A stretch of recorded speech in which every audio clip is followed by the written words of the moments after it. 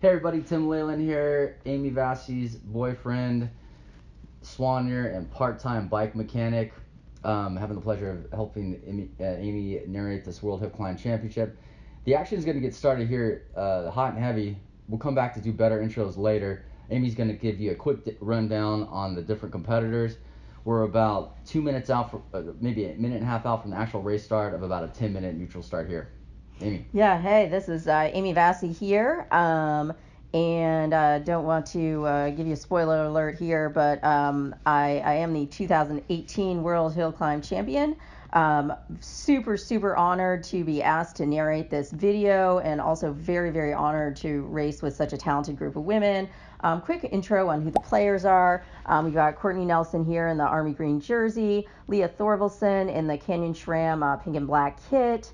We've got KRISTABELDOEBEL-HICKOK in the green Silence kit, MARAABBOTT in the black kit, and of course MARGOTCLYNE in the U.S. National Hill Climb jersey, Stars and Stripes. And what are you wearing, Aimee? Which one? Oh, what am I wearing? Yeah, good point there, Tim. That's why I have you helping me here. The Hagens Berman Super Mint green and royal blue kit right over there.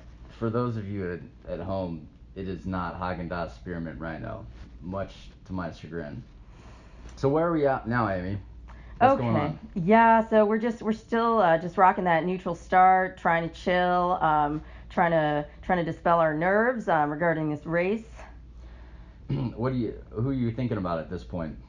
Definitely thinking about MARGOTCLYNE, thinking about KRISTABELDOEBEL-HICKOK, and of course MARAABBOTT. I mean, I really don't know what she's been doing in terms of training, or if she's in full retirement, but definitely I'm honored to be in her presence, given that she's won 2 Giro Rosa races. Kind of amazing here. So I was hoping you would say you're thinking about me, but that's cool. We can go on. I think the race is about to start here. I'll see a yellow line coming up, and oh yeah, and shit's about to go down. Oh, getting super do you know nervous. where it's gonna kick off? Oh wait, yep. There it goes. There it goes. Oh my gosh, yeah. And Courtney Nelson's going out of the gate, and at this point, I don't even know who Courtney Nelson is. And I'm kind of freaking out. I'm thinking, oh my gosh, who is this girl? I don't even know her. And if she keeps up this wattage, which at this point it was probably like 350. What were you running? You were running 350 at that point? I was probably running about 312-ish. I'm thinking, I don't know. I was just like too tired to even look down at my computer, and thinking, oh my gosh, if she keeps this up, I'm totally fucked here. So yeah, I'm basically in freak out mode right now, trying to relax, sitting, higher cadence. But yeah, definitely freaking out, thinking I shouldn't have had that glass of wine last night. Yeah, I think we'll come back to some very interesting pre-race prep. So Jessica Rabbit's going out hard. You're with her. Is anyone else coming with the both of you, or are they just like, I can't do this? Yeah, I mean, I think everybody else was being, somewhat conservative. I mean, you can see by the video that, they're keeping us in sight, but, they're not totally sure they want to go. MARAABBOTT's camera. Yeah, I mean, she was shot way off the back at this point. Yeah, it looks like she was just being conservative. I mean, she's definitely the more seasoned professional, and she probably knows that we're not going to keep up this wattage. Sounds like a smart move on her part. Definitely. So at this point, the climb is still going. You realize this is not just going to be a short attack. How did you pee your pants at this point, or did that come a little bit later?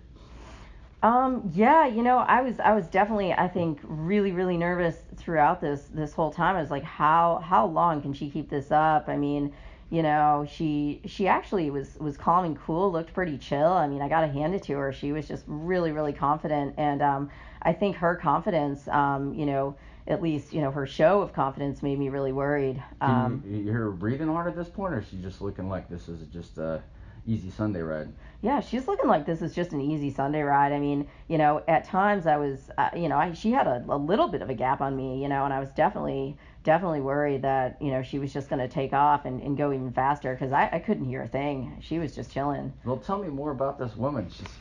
I know you didn't know her in the beginning, but did some research after. What's her story? Her story is, she was a Division I soccer player in college, and she just sort of took up cycling as a hobby, it seems, working for Google, pretty high up in the Google management. Yeah, so she hails from California, and this is going to be her first year as a pro. She'll be on the, I think, development portion of the 2020 team. Oh, very cool. So Courtney's been at this for about 3 minutes or so. Um, I'm impressed that you're rocking the seated high cadence drill. Tom would be so proud. Is there any signs of this slowing at this point, even 3 minutes in, or is it still charging as it did out the gates? Still charging as it did out the gates. And at this point, I was, really, really surprised that she's holding this up. And she had been standing the entire time, not taking a break really to sit down. And that was really impressive to me because it's really hard to stand. And she's at, not a super high cadence, but a fairly high cadence there. And that's about 60 or so. Yeah. And it gets tiring for sure. So, you can see I'm alternating between, seated and standing. And who's this character rolling up on side of you taking videos? See this chap in the yellow shoes here, just cruising by? Yeah, is that Phil? I don't know. Yeah, I can't. Tough to say. I don't even think I was paying attention. Falling out the back. Yeah, man, he's faster than us, that's for sure. Yeah, no joke. Jeez, yeah, faster than the moto too. Moto even. God, yeah. I think I was just, my focus was too narrow. I don't even remember him. Maybe it's honestly. Riding an e-bike, who knows? Yeah, probably an e-bike. Yeah, Gotcha. That's what I usually say when somebody passes me on a bike path. It happens a lot. Alrighty, so still charging hard at this point. We're 4.5 minutes into this monster of an attack. Is that the case, or is it starting to chill out? I don't see anyone coming back. Yeah, definitely not starting to chill out. I mean, big gap on everybody. Yeah, it's really incredible, this effort that she's doing, and it's not surprising that she's got a lot of these QOMs in the I think it's the LA area that she's got. Yeah, a lot of QOMs. So I'm still thinking, who the heck is this girl? And really shouldn't have had those 8 glasses of wine. Yeah, so, it was 8. God, seriously? Well, yeah, there's a few things that you forgot about that even, but we'll come back to that later as well. Okay. So, what's the gradient here, would you suggest, in the early part of Gibraltar? Oh, geez. I don't know for sure. I'm thinking it's probably around like 7 to 8, mostly at this point. It flattens out a little bit, as you can see, but it's so tough to tell a gradient from, just a camera. The camera angle, really, really confuses things when it comes to that. So, you're doing a great job of, covering this kind of just long, continued, sustained attack. Do you feel like you're gaining much advantage by positioning yourself behind and catching a little draft, or is it sort of too steep for that?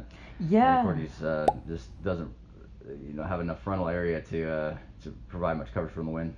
Yeah, Courtney's super small, and so yeah, it's pretty hard to get any kind of draft. And we're not going very fast. And the other thing is, I'm not right on her wheel, honestly. So, yeah.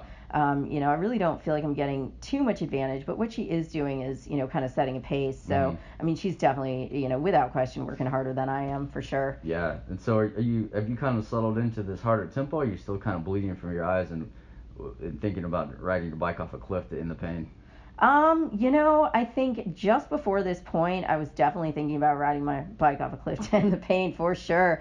But yeah, I mean, you can see I'm seated, and, I'm looking a little more relaxed here. So I think this is the time where, the pace is slowing a little bit, and I'm thinking, okay, maybe this is doable. I'm not thinking I'd be able to beat her, but maybe this is doable just to like kind of stay on her wheel. And at this point, obviously you're focused on Courtney and just kind of staying with her, covering this attack, and hoping for some mercy here. Do you have a sense for where Margot, KRISTABEL, or Mara are? I guess Margot's right behind you. Yeah, Margot's right behind me. I mean, I looked back a couple of times, and I knew that, Margot had contact with us, but I didn't really see anyone else. And so really, really just focused on Courtney and, kind of the mystery in terms of who this girl is, and, wondering, I mean, did somebody send her off to be a rabbit? Is this, just like a super, super talented chick that I don't know about from some other country? I mean, I really had no idea. So.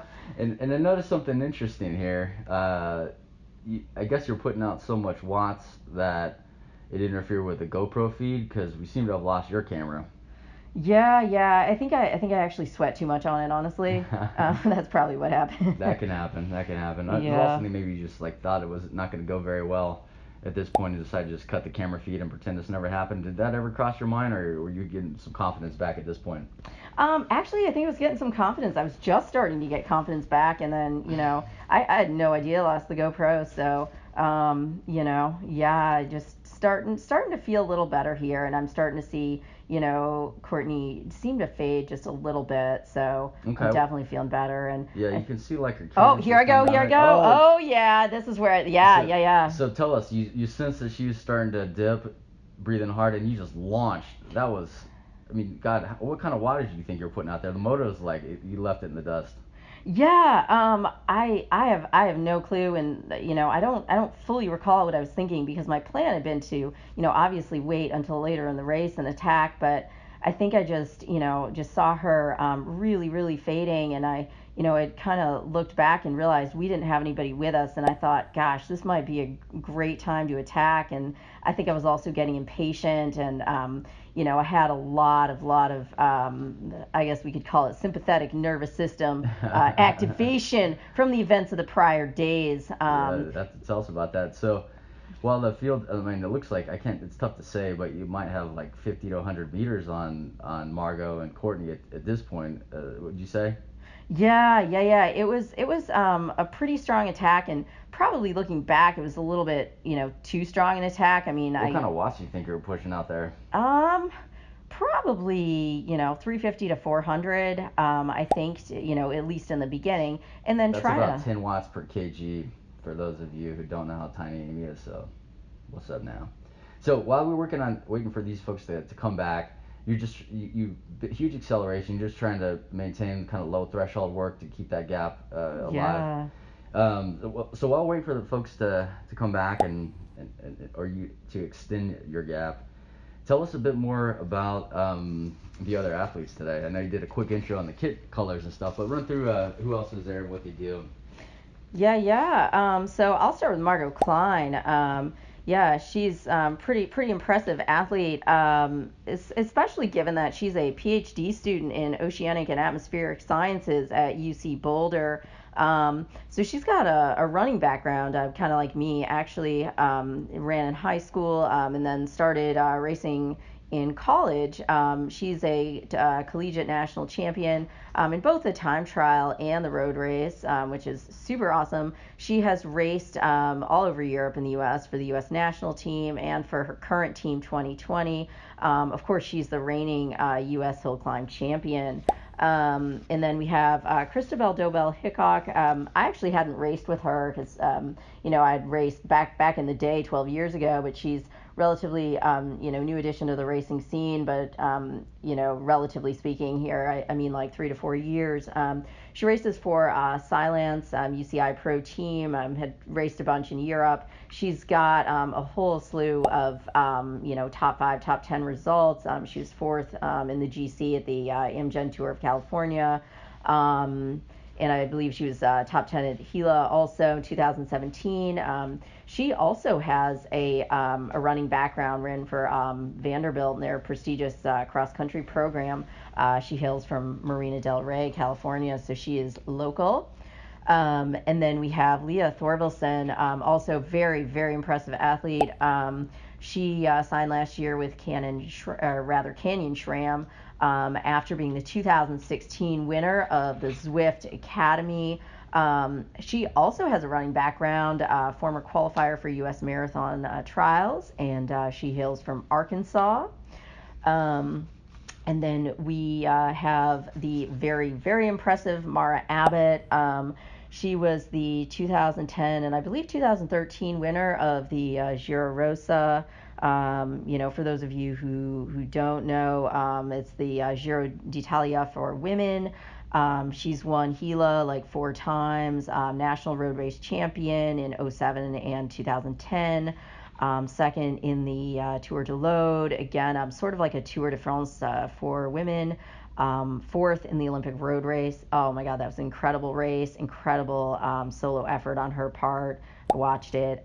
So she's been retired for a few years here, doing some bike commuting to her job in Boulder. Not really sure, if she's been training at all. I know she came here and rented a road bike, so, not even sure she's got, a working road bike at home. So, anyway, yeah, that's the summary of my competitors. And again, just super honored to be amid such a talented field here. And before we come back and do a little more intro on yourself and some of your off-the-bike activities, you mentioned that Mara's rocking a rental bike. That's pretty gangster for sure. But we had a little bit of a bike mishap ourselves, and you were looking at having to rent a bike. We were thinking about doing one of the Limes or Beach Cruisers, something super classy. But what happened with the bike, Aimee? Yeah. So flew Southwest, and the bike basically ended up in San Jose. So the race is on a Friday, if I recall, and we flew from Denver to LAX. Was it Wednesday? Wednesday, yeah, and we're like, yeah. Right. I got there super early because I came from Phoenix, super hungover as usual, but I made it. Show up there. What time did your flight come in? I want to say my flight came in maybe right around 11 or noon. Yeah, that's what I remember too. And what time did your bike come in? I think it was like 6 or 7 that night. Yeah. So what happened exactly during that window? Yeah. During that, what happened with the bike or what happened with me? Well, the bike and you. And me. Yeah. So the bike basically had a little side trip to San Jose, it turns out. They sent it to the wrong place. So I heard it might have been interviewing at Google, but that was not true. No. I'm not sure what the bike was doing in San Jose. Yeah.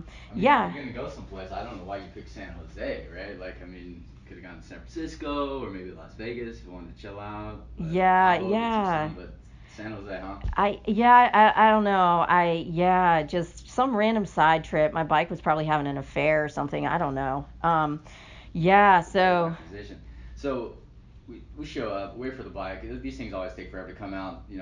Start getting nervous maybe 15 or 20 minutes after the rest of the luggage starts coming through. How's it go from Southwest's point of view and your dialogue? Yeah, I mean, Southwest just has no clue where the bike is. I mean, they can't trace it. They act like I'm looking for a microchip, and yeah, I mean, rocking about 100-pound Tula case that people often think is a cello. And like, I mean, the worst part about this whole experience is zero information. Southwest, like, okay, so it doesn't look like my bike is on the plane, so I think it's lost. Like, oh no, it's not lost. We just don't know where it is. Like, wait a second. So one time I had this friend who didn't know where he was in the middle of the Mojave Desert, and he fucking died because he was fucking lost. If you don't know where a bike is, it's fucking lost. And so we're working super hard to track this thing down. No one has a clue. The race, awesome venue up in Santa Barbara, but as Aimee mentioned, flew into LAX, which is a 2-3 hour drive without traffic to get up that way. So we just we go back and forth to the Starbucks, to LAX. You call the number to ask for some updates, and you get a central number. No one has a freaking clue. They can't tell you if this bike is still in Denver. They can't tell you if it did go to Cabo. And so we're just kind of in this holding pattern. And plus, we got to explore some Venice Beach, and we got a new tattoo, which is super dope. Oh, yeah. I won't show you, though. It's kind of, yeah. I was trying to get Aimee to eat hot dogs and pizza on the Venice boardwalk, but she was a little worried about, and rightfully so, E. coli, salmonella, and I think possibly full-blown AIDS. And so we went to like a nice little healthy vegetarian option where they had vegan water. It's $12. You had avocado toast. It was a bargain at $84? I think it was 84, yeah. With tax, so good spot. Yeah, definitely. Totally affordable. But yeah, and the drama with Southwest hasn't been all that great. For example, where are we at right now? Yeah, we're in San Diego right now, actually. Visiting Tim's parents, and had a very, very similar Southwest debacle. So yeah, basically what happened is I show up to oversized baggage, go to get my bike, and it's not there. Of course, I'm not surprised. But yeah, so I go to the Southwest baggage counter, file a claim for lost luggage. Of course, they have no clue where it is, despite, me having my baggage claim ticket, a little number there. They have no idea. They tell me, yeah, maybe it'll come in on the next flight. They tell me, oh yeah, the weather's been pretty bad, and I told them that I'd come from Denver, and the weather was great this morning, and also that I'm in San Diego. The weather's also great here, so kind of confused. How they try to make it your fault, and going back to your weather points, like, okay, not true. Weather in both cities was fantastic, but I made it. The fucking plane made it. Why But the can't my bike didn't. 100-pound bike case also make it? And as you said, it's not like you're trying to check an SD card and it's just, oh no, it slipped between the cracks. This thing's bigger than anything except maybe a casket that they're trying to load on the plane. Yeah, and Tim, they really wouldn't lose a casket, obviously. So They might actually. it's we just should start registering your bike case as a service animal. We'll put some like fluffy ears on it and we'll just bring it on the plane. I mean, it can't be more annoying than one time I saw this white trash lady with a potbelly pig on there. So let's just start doing that. No, well, I was thinking of actually just carrying my bike in a casket, Tim. That's the best idea ever. They wouldn't charge you the $75 fee to lose your bag each way. Right, exactly. Yeah, and I mean, TSA is not going to open a casket, mess everything up in there, and then just leave it like they did when we came back from Mount Washington. Remember that? That would be funny if they did. Imagine you had someone all kind of prepped and loaded for a open casket funeral, and then someone drew like a dick or a mustache on your grandmother. Right, and they took off all their clothes. I mean, that's pretty much what TSA did. A little creepy. Oh gosh. Okay. Deals with a lot of death. We can come back to that in a sec. But the other awesome thing that Southwest did is they try to make this your fault. Yeah, exactly. They tried to tell me I didn't show up on time, and I told them I showed up an hour and a half early. And oh, by the way, if your check-in for check luggage is 45 minutes, that's early enough. It doesn't have to be extra early. If it needs to be long for bikes, make that rule. Definitely make that rule, yeah. So super frustrated with bike transportation these days, but super lucky right now that I do have a sponsorship from Bike Flights. But the problem with the sponsorship from bikeflights.com is the fact that, you basically have to be without your bike for a couple of days. So really no good option in terms of bike travel unless, again, you do like travel with your bike in a casket maybe. That's what we're thinking. It's going to be the next tactic. I'm going to make a business idea. Phil, we might let you in on this, buddy. I think you can help us with the marketing for sure. So, you started to mention Bike Flights, Hagens Berman. I think this would be a good time for you to tell everybody a bit more about who you are, some of your race accomplishments, but also what you like to do off the bike. So give us a quick rundown, who you are, where you're from, what you do. Yeah, so I'm living right now in Longmont, Colorado. Moved there, it'll be a year ago in March to train. For those that don't know, Longmont is next to Boulder. It's like Boulder, but with more trucks, less Priuses, less vegan, more steak, more chain restaurants than Pearl Street Mall, more Carhartt, less Patagonia. Is that? Yeah, kind of. And also fewer Subarus. That's kind of an important point. Yeah. So Longmont definitely has some really great cycling. So my coach Tom Danielson lives there, and that's actually why I moved there. And I moved. Where did you come from? Oh yeah, so I came from Florida. A lot of hills in Florida. Florida is definitely like the Girona of actually no one ever calls it that. It's the white trash capital of the world. But Dunedin, this is nice, right? Dunedin, yeah, little beach town where I came from. Lived there for about 2.5 years. And moved to Florida actually to learn veterinary acupuncture. So I'll kind of back up a little bit. Is that even a thing? Veterinary acupuncture? Hells yeah. So Tim, get with the program. Jeez. Tell us about this veterinary medicine thing and how acupuncture plays into it. Yeah. So I'll kind of back up, tell you, a little bit about kind of how I got from cycling to veterinary medicine and back to cycling. So I was sort of living on couches and living off credit cards for a number of years here, racing in the U.S. and Europe and Central America. And then I decided I couldn't do that anymore because my friends were getting sick of me being on their couches. I went to vet school at Tufts for 4 years, and then I did an internship in Tucson, and just decided to be a vet, retire from cycling. Didn't really want to have anything to do with it. Did some running, did some swimming, actually ran a marathon. And then when I finally moved to Florida and decided I wanted to pursue veterinary acupuncture, I got back into cycling, ironically enough, in Florida, the world capital of cycling, and hill climbs, definitely hill climbs. Well, what we do actually is we do reps on bridges. Like I remember doing 100 reps up a bridge. And how long? What's elevation gain per rep? Elevation gain per reps probably about maybe 100 meters if you're really lucky. Like that's really lucky. So it's pretty. I think it's definitely this cool story that you were pro cyclist, couch surfing, went to vet school, came back, won Mount Washington after 10 years off the bike. But also just how much you were kind of grinding it out in the couch surfing days. You had some weird jobs. Weren't you a bike guide on Haleakala? Yeah, definitely was a bike guide on Mount Haleakala. And that's in Maui, right? Yeah, in Maui. Yeah. Definitely no jobs as weird as the one I have now, though, for sure. Yeah. What's day-to-day life like as a hospice care vet? I don't think you touched on that too much. Yeah, so different than working in a clinic. Definitely different from working in a clinic, yeah. So in order to accommodate my cycling, I do work as a house call vet. I do at-home hospice, acupuncture, and euthanasia. So definitely a different type of job.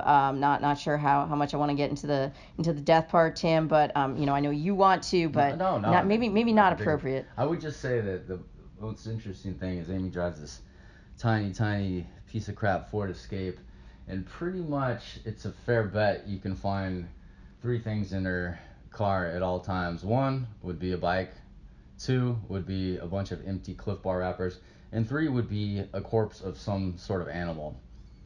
Is that accurate? That's definitely accurate, Tim. Unfortunately, you euthanize these animals and you have to transport them to the crematory. So, it definitely happens. Well, maybe, going back to our casket thing, we should just get you a hearse, and we can keep a casket of pets and a casket of bikes.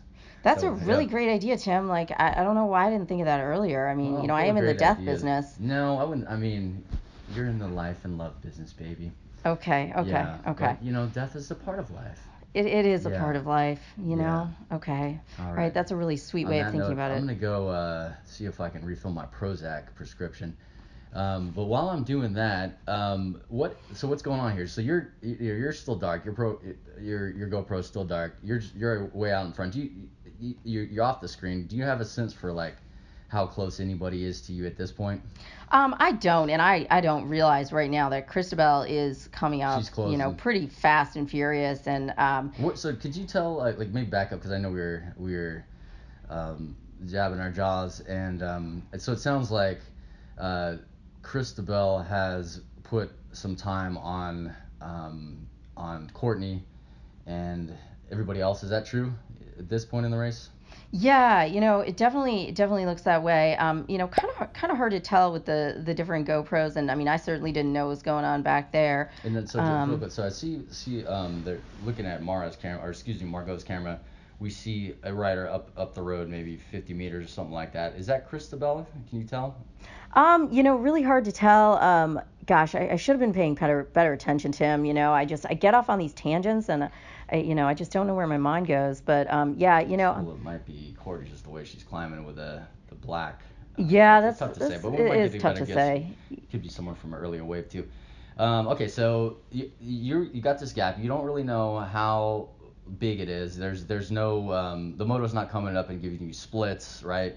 You have no radio to talk to your team director, because team director is not there. Like, what's going through your head at this point? Are you just trying to maintain low threshold, keep that gap as big as possible? What's the story?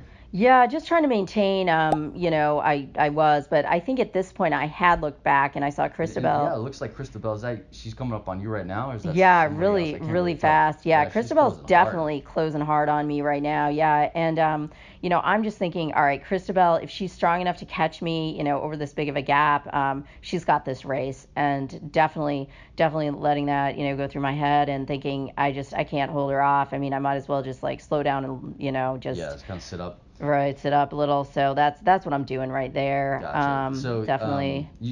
she's closing. You prior to realizing this, obviously you came down the pace after that big counterattack on Jessica. How are the legs and lungs feeling at this point? You feeling pretty fresh and recovered? Or are you feeling like you're kind of still close to the limit? I'm feeling like I'm gonna die, basically, Tim. Yeah, and I'm thinking about, the day before, because we didn't really finish the story, Oh but yeah. basically what had happened in a nutshell is that, we thought it was a really great idea to switch, all of my Ultegra on my new Scott bike, basically from Hagens Berman to the Durace that I had, just to make it like 1 gram lighter or something like Yeah. that. I don't know, I think the combined savings was, gosh, what was it, like close to 400 grams? So it was about a pound or so, but probably not worth the effort. So what happened?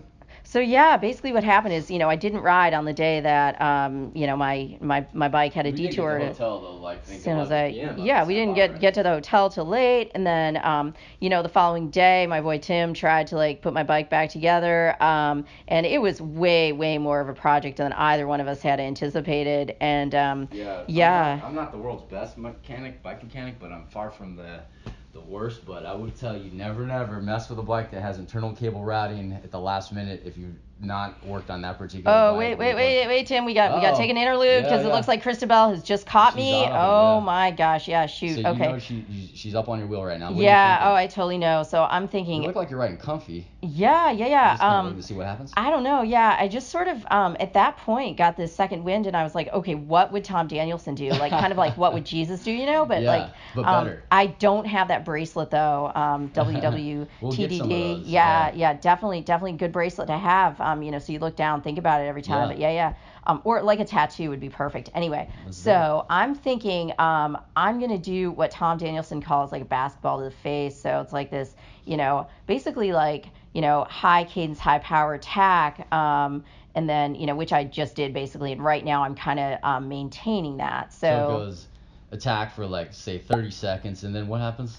And then you have to hold, but you don't want to like slow down too much. You have like to hold low threshold. Low threshold, definitely. Just over threshold, under threshold for some period of time. It looks. Are you launching again, or are you just kind of maintaining? I'm that maintaining power there. Oh no, here I'm launching again. There I go. There I go. Right yeah. Don't be impressed. Drop the cadence there. Right, exactly. Pedaling you look like the non-dead Marco Pantani there. Yeah. Definitely. So yeah, standing up, a little higher cadence there. And so I just kept doing that, and then I looked back and realized that Christabel wasn't holding, and that gave me a lot more confidence. And I thought, okay, maybe I can actually win this race. It looks like that was a big attack there. Did you come off the tempo at all, or are you still charging? Looks like you're kind of off the screen again. Yeah. I think I think Christabel might have slowed down a bit. But yeah, I think once I got a little bit of confidence, I just kind of let it go, and just felt a lot better and decided, all right, you got to go for it right now. So I think I just let it rip, as you will, if you will. Yeah. And so going back to the story where you got back to the action, so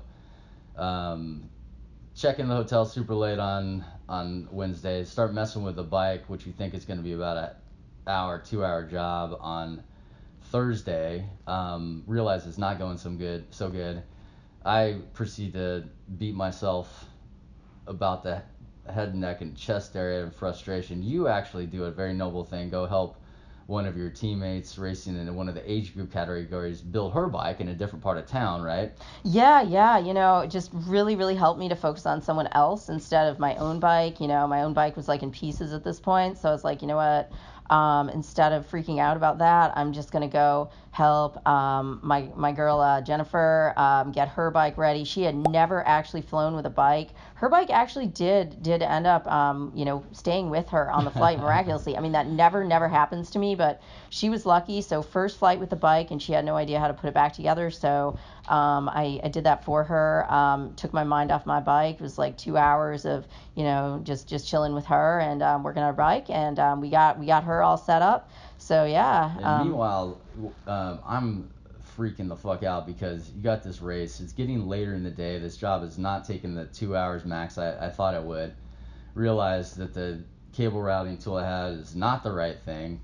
You're off with Jennifer, and I'm at the. Where were we staying? It wasn't the Four Seasons. It was the Ritz-Carlton. So Ritz-Carlton's super nice, but it's out in the middle of no place. You don't have a car. It's like a good probably 10 miles to town to get to the closest bike shop. So I'm just in the holding pattern to Aimee gets back. Realize I need to take out the crankset to route some through the bottom bracket, but it's fused into place because of a lot of wet weather riding. Got no hammer to knock it out. I'm using everything I can think of. Started with my fist. Used a metal water bottle. At one point I tried to. A metal water bottle, is that like a flask? It might have been a flask. Oh, okay, yeah. That could also be part of the problem. I saw someone walking like a small little pug. I thought about kind of using that to like whack it out. Using the pug? Oh my god, baby, that's like. Have you seen those what? things? Whatever. Oh my god, they're so cute. Yeah. Okay. Oh god. Anyway, so it doesn't go good. You come back, we go get a hammer, knock out the bottom bracket, get the thing solved, more or less. But we're doing this repair on the patio of the Ritz-Carlton. There's no lights. I'm partially blind anyway, can hardly see what's going on. Somehow we lose a piece to your rear derailleur, so we can't get the barrel adjuster, the tension right. So we just kind of jim rig it. Realize that also this bike came from a former Hawkins-Bourbon riders or his old training bike riding in the UK, and I didn't realize this until recently, but the the brakes are done counter, so that the left brake lever controls rear brake, right controls the front, opposite in the US, of course. So we had to struggle around with that. Realized we cut the cable a little too short, so if you turned your bars to the right any more than 10 degrees, it would shift your rear derailleur. And so we decided we could recut everything, but it was probably like 11 or 12 at night, to midnight, so it's actually Friday morning at this point. And then we decided to route the cables off to the outside of the bar wrap, which I thought was a pretty gangster look because it kind of gave it that old school, down tube friction shifter vibe. I don't know what it really does for aerodynamics. Certainly not the most pro thing out there, but it didn't seem to hold you back. But more importantly, we could safely say that this was a stressful situation. It was definitely not what you'd typically do as pre-race prep. So compare your normal pre-race, day before race routine versus how this went down. Yeah. So normal pre-race routine, definitely like a little bit anal, but not, definitely a lot more flexible than it used to be, So I just try not to drink too much coffee. Do you do anything special with nutrition? Stay off the booze. What do you do for like a day before the race, kind of warm up or training ride? What's the schedule like? Yeah, definitely no more than 4 glasses of wine. And nutrition wise, no more than 4 In-N-Out burgers. And yeah, like 4 is just kind of the limit that I've created for myself. So with the burgers, the booze, definitely no drugs, and no cigarettes. So just, try to stay off all that stuff and try to stay chill without it. That's like the hardest part. But yeah, getting better at that as I get older, I would say. But I have had a lot of like bike debacles, like before Mount Washington. The airline actually crushed my wheel so badly that I was riding up this mountain by my parents' house in southern New Hampshire the day before, and the wheel was so badly out of true, it just popped right off the bike.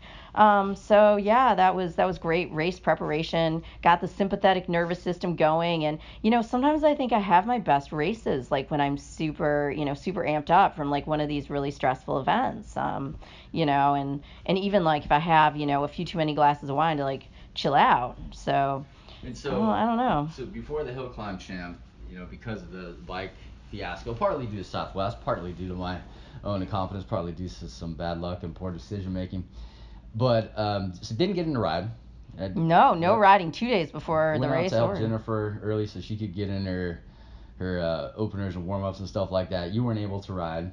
Well, or at least not until about 2 in the morning when you finally got the whole thing buttoned up, at least as good as it was going to be. I'm really mad at myself thinking about jumping off the third story balcony. Aimee's keeping it cool as a cucumber. And what did you tell yourself? So we get when they say didn't ride till 2 in the morning, that it consisted of a test ride in the Ritz-Carlton parking lot to confirm that the bike actually shifted.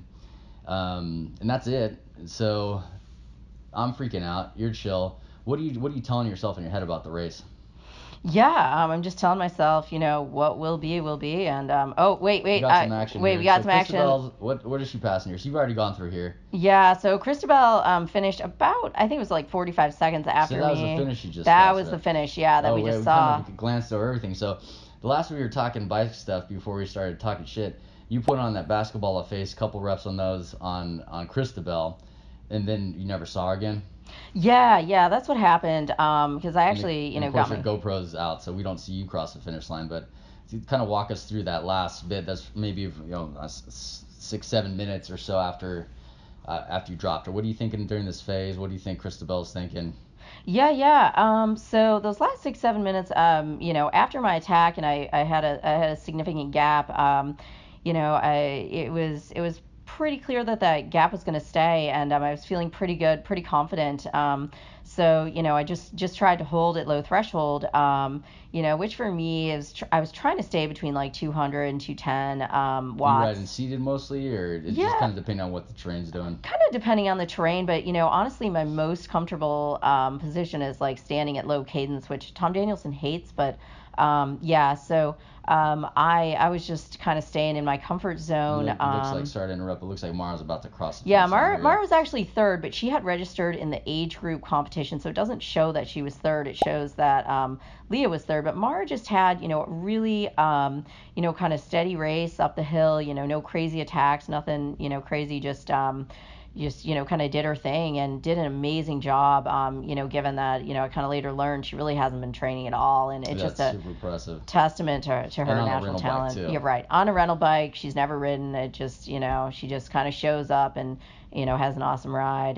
So what's going on with Margot here? Can you tell where she's at on the course roughly? There's a marker going by. It's tough to read. Do you know how many Ks that was to go? I think that was maybe 1K to go. And there's another rider that just came up on her right there.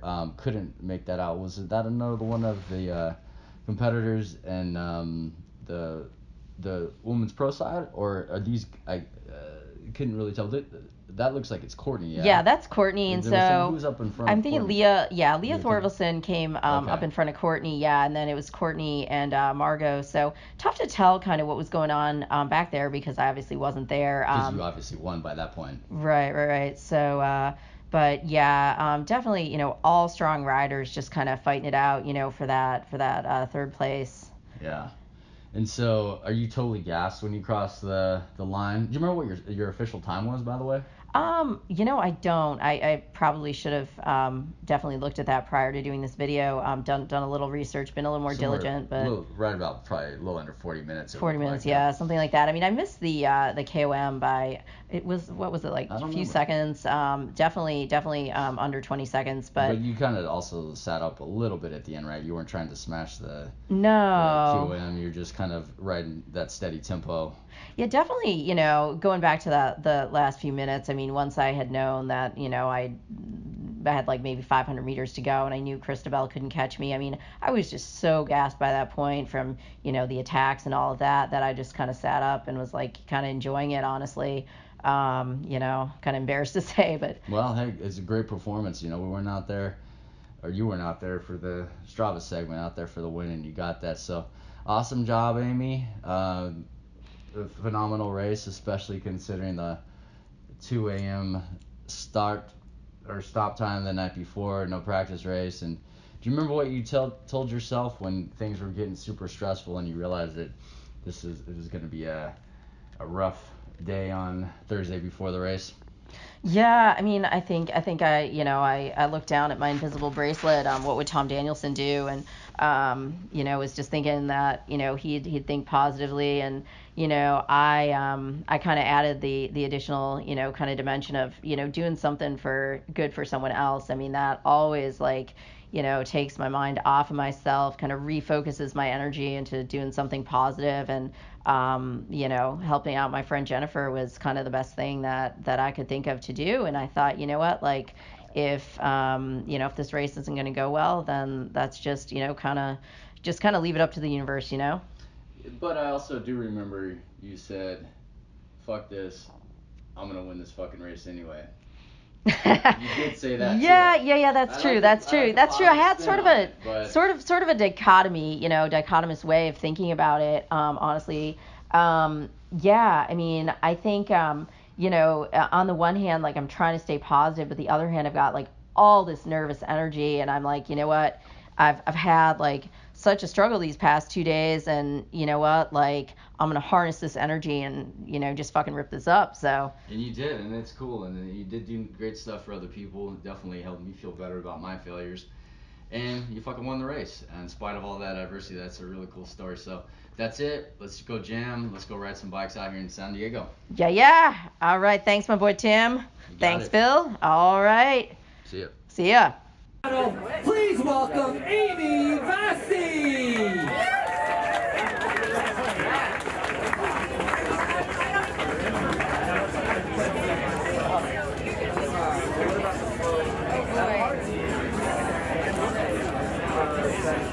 Talked about her earlier in the day, just coming